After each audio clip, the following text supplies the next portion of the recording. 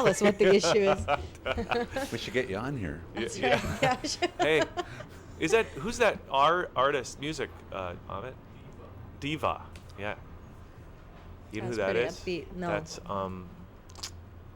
Ian and Sylvia. Sylvia Tyson's brother is in that group. Cool. Yeah.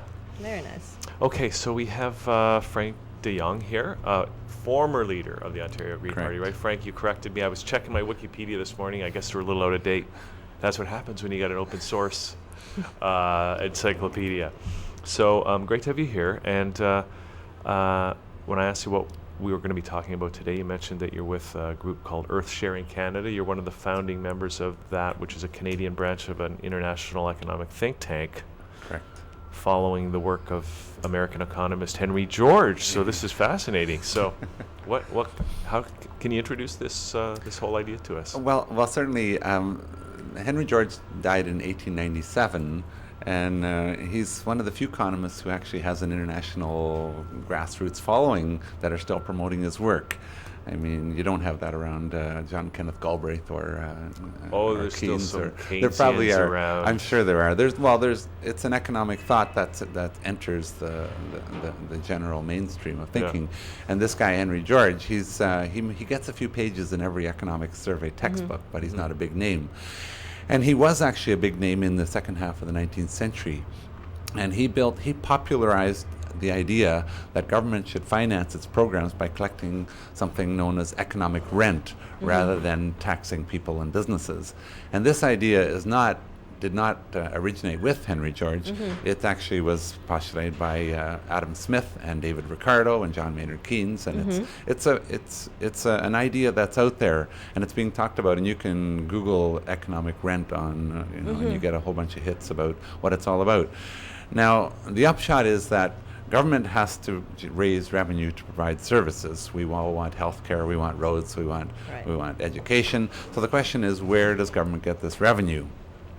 And presently, most of the revenue that all governments generate, provincial, federal, is from consumption and from taxes on jobs and businesses, right? Everyone says, okay, you've got a good job, okay, we're going to tax you and nick you for a good percentage of your earnings. If you have a business and your business is profitable, we nick you for 5 or 10 or 20% or more of your earnings. And if every time you buy and sell something, we're going to nick you with the HST, which is another, is it 13% these days? So Henry George says no. And the people in my economic think tank, based on Adam Smith and David Ricardo, say, no, we shouldn't be taxing people if they have a job. We want people to have jobs, so why are we punishing them and fining them for having a job? And we want businesses to be successful, so why are we taxing successful businesses? And we want people to be able to exchange goods and services, like your previous guest talked about, without punishing them with consumption taxes. Right. And this is all fine and good theory, but the question is, where then does government get its revenue to provide goods and services that we all want? And the response to that is what Henry George postulated is economic rent. Now, 1/3 of every economy is what is known as economic rent. It is revenue without a corresponding cost of production. And this revenue without corresponding cost of production is what governments should collect to provide services, so that they can untax jobs, untax consumption, untax businesses. Because as soon as you untax jobs and businesses and consumption, you're going to get more of it. And we want to have jobs. You were discussing with our previous guests about you wanted full employment. Why do we not have full employment? And that's because we punish people for having a jobs, and we encourage businesses to invest in technology and and pesticides and chemicals and any kind of, instead of hiring someone, because as soon as they hire someone, they incur all these collateral costs, which include income taxes. So, and also as soon as government collects the economic rent, then it encourages people to invest in jobs and businesses that produce services and goods, which we want, and it makes more competition for resources and more competition for people. So there will be a competition for people rather than a competition for jobs. There's a whole virtuous spiral happens when you follow this economic theories of David Ricardo, Adam Smith, and Henry George. Okay, so I don't understand this concept of economic I knew you rent. wouldn't. I mean, Good. you're talking about 1/3 of the economy is this economic rent, but I still don't understand what it is. Okay, exactly. Let me explain. Let's use the example of oil, for instance. right now oil is selling for about $100 a barrel. But in order to get conventional oil out of the ground only costs $30 a barrel. So where is this extra seven? That includes a respectable profit for the companies. The $30. The $30. That includes the profit. Okay. So 70% is unearned income. And in Canada, there's a bit of a royalty on oil, but the company gets to keep $70 free unearned profit from every barrel of oil. So that's why the oil companies are fabulously wealthy, because they collect this unearned income as well as the margin, you know, the 2 or 3 or 5 or 7% ROI that every normal company has to earn to stay in business. Wait. Okay. So, but in theory, wouldn't economists argue that whatever that $70 is, that's just what the market allows the return to be, and because that return is so high, would it not attract new players into that but you don't oil need, industry? You don't need windfall profits to attract investment into an industry.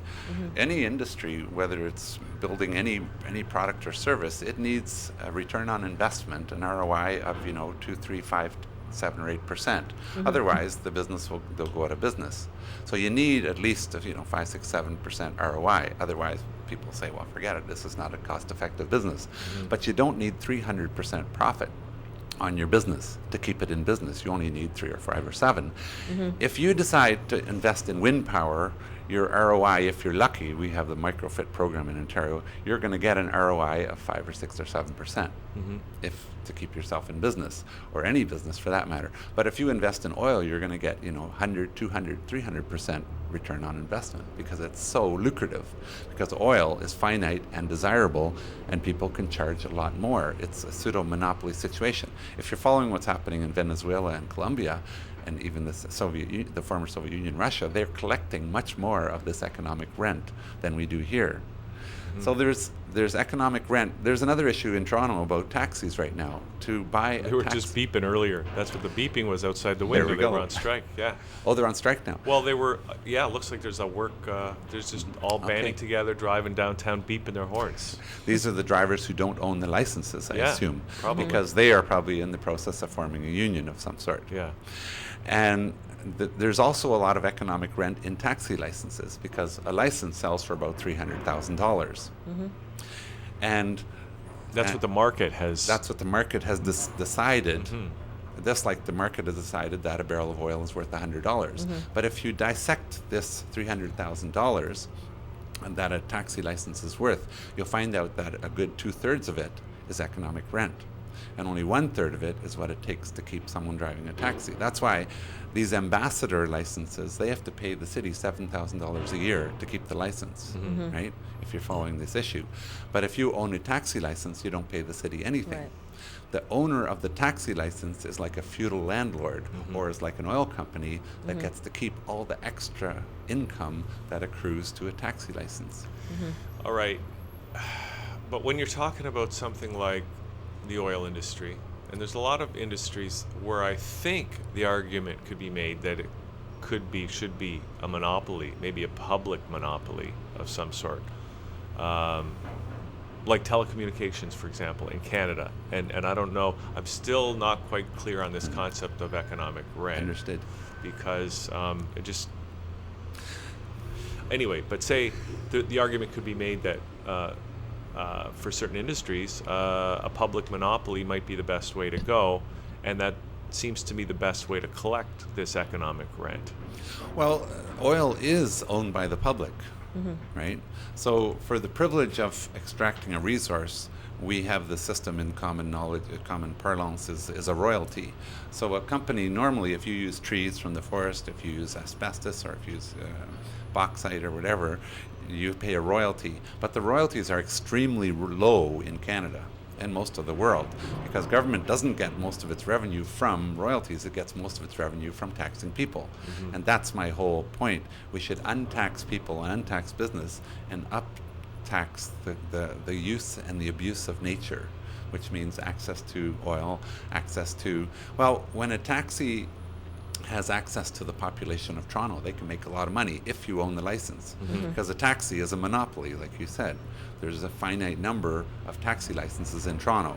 And that's to keep, ostensibly, to keep the income for the taxi drivers up. Yeah. But the taxi drivers are not earning the income. Right. It's all going to the owner of the license. Just like the main revenue from oil goes to the owners of the companies and not to the Canadian population. Right. And that's the difference. And there's economic, you mentioned telecommunications. The federal government owns the electromagnetic spectrum across Canada, or controls it in trust for Canadians. And the federal government auctions off broadband. And they auction it off one time. And so they give you the right to use this broadband in perpetuity. But they shouldn't do that. They should auction it every year or even every month, so that the Canadian public gets the revenue from it and it doesn't capitalize into the cost of broadband. And with the revenue that they get from taxi licenses, from oil, from all the other resources, trees, everything, is enough to provide government all the money it needs to provide services, and they can untax labor and businesses and consumption.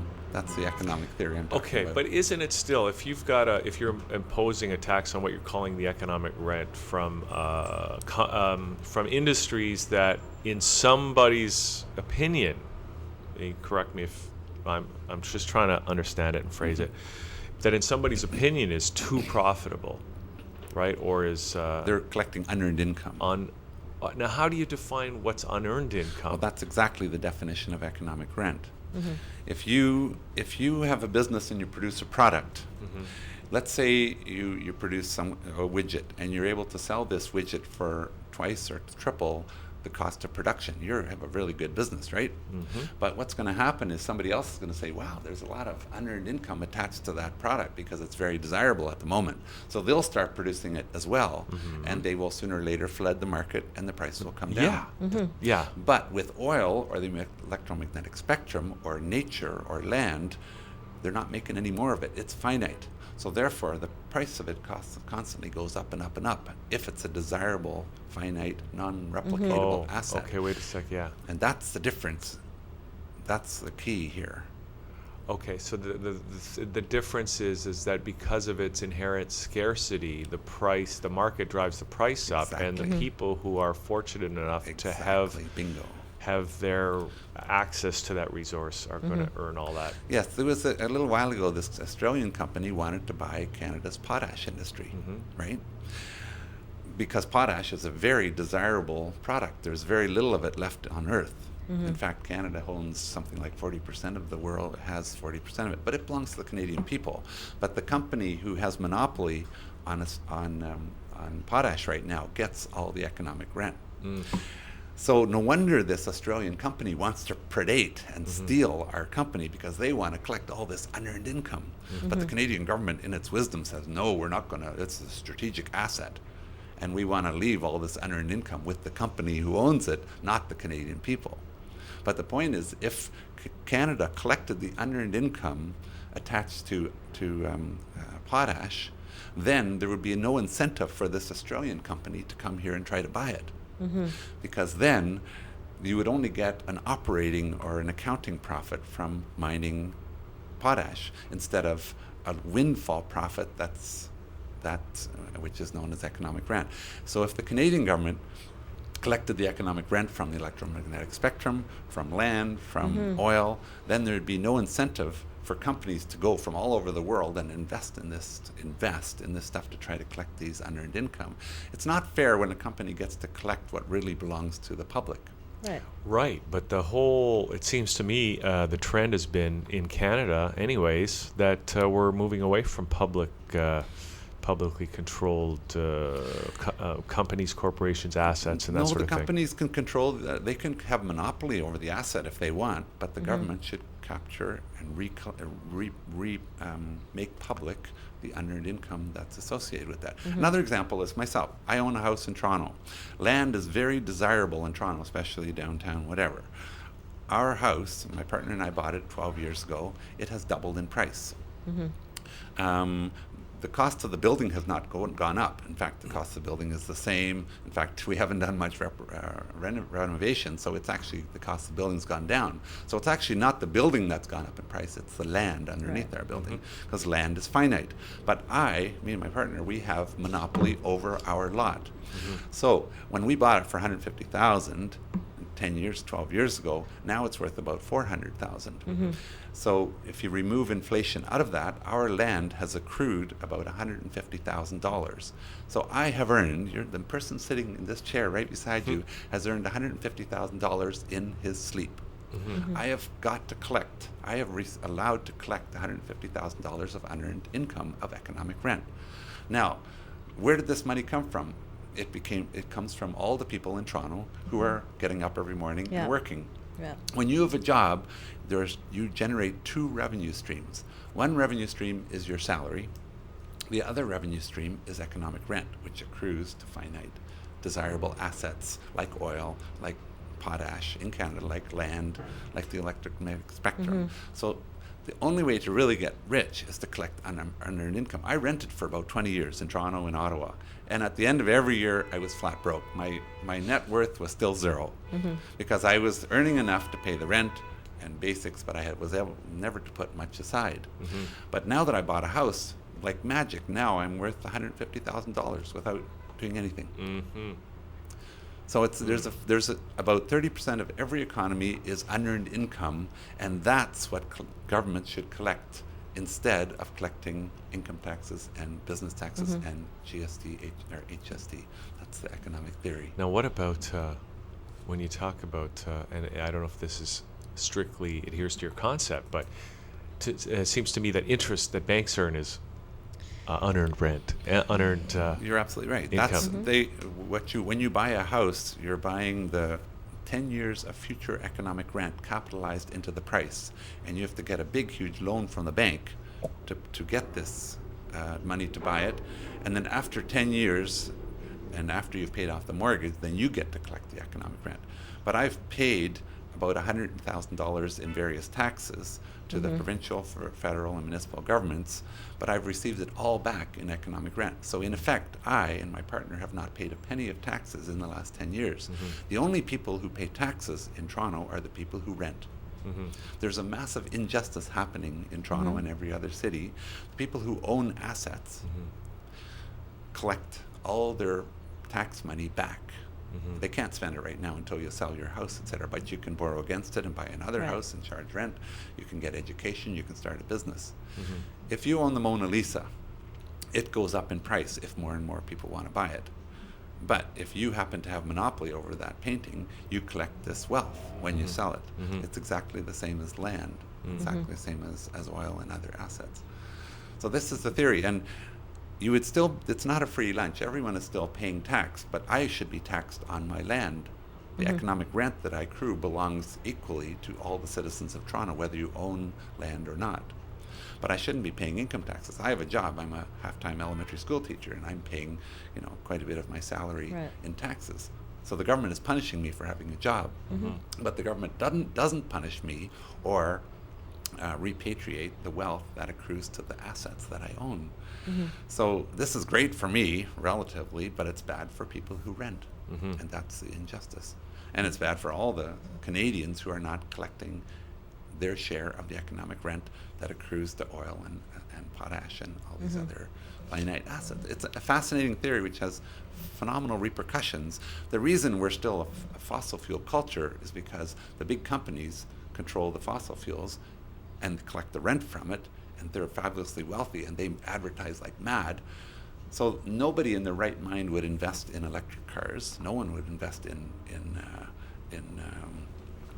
wind power or renewable technologies when there's no huge piles of economic rent or free unearned income, windfall profit associated with those technologies.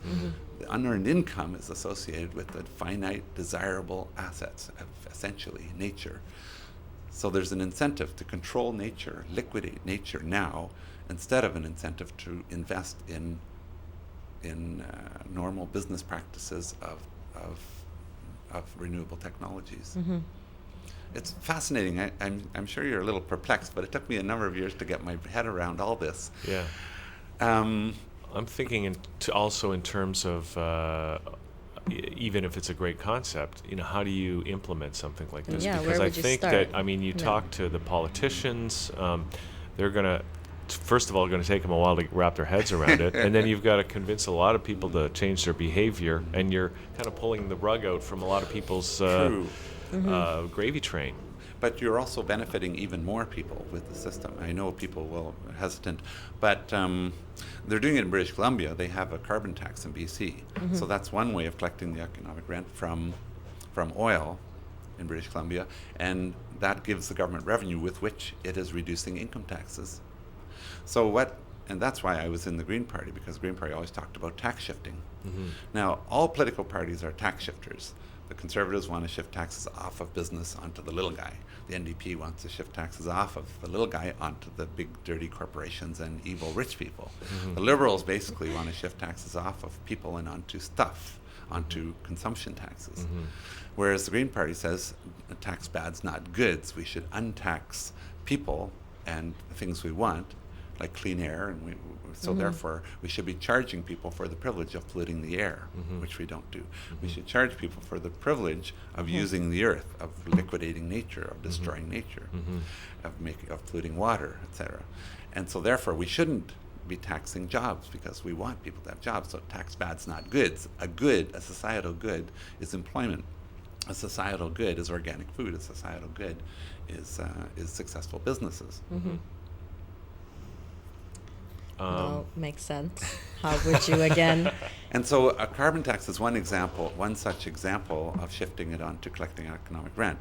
Another one, as I mentioned, to own a taxi license in Toronto, every owner of the taxi license should be remitting to the city of Toronto, $10, $20, $30, $40,000 a year for the privilege of having access to 3 million people. It's the presence of the citizens in Toronto that makes taxi licenses expensive. So therefore, you should remit to the population of Toronto the unearned income associated with that taxi license, in lieu of other taxes. So it's not a tax grab; it's a tax shift. So no one technically would. How would you present this so that the government would receive in a way where they're like, well, I'm not going to lose, my pocket will still be full, but I'll still be helping people? Because at the end of the day, does the government really want that? And how would you introduce it? And you how can would vote for. I was involved with the Green Party for many years, and I could stand up in front of people and say, look, vote for the Green Party and we will reduce your taxes. Yay, everyone goes crazy. Because people want reduced taxes, and that's what I'm talking about. But I'm saying, but the Green Party also says, if you destroy nature, if you pollute the air, you will pay for the privilege.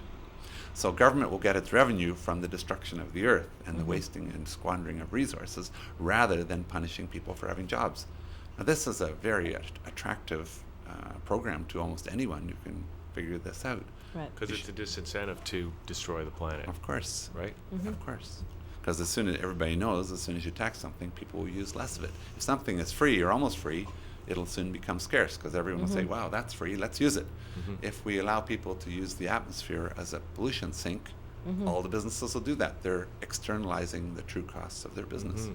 And that's the problem we have now. We allow people to destroy or use or abuse the earth without adequate compensation to do right pricing of the earth, and that's why we have an ecological crisis. Yeah, it would be a great way to, I like that idea. And it's a great way to motivate those who are not even aware of the positive end of it at times. But And as soon as you untax jobs, then businesses will say, wow, people are cheaper to hire. I'm going to hire more people to work resources more intensely, use less resources, hire more people. Bingo. it just sounds too logical. Like I always say, it's It'll just never way work. too logical. Well, it sounds like it's a big job to really implement this. You got to convince a lot of people. A slow shift.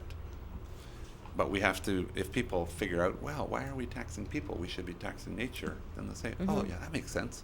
And they'll start to think and vote towards that. Again, it's a process. It's not about, okay, let's flip everything upside down. It's a long-term process, but we got to start taking the steps, and Exactly. that's all it is. Exactly. Sometimes we're just way ahead of the You game. have to think, like I started out saying, all political parties are tax shifters. You have to look at the ultimate trajectory Yeah. of your economic program. And the NDP ultimate trajectory is that the little guy will not be taxed at all, but the big businesses will be.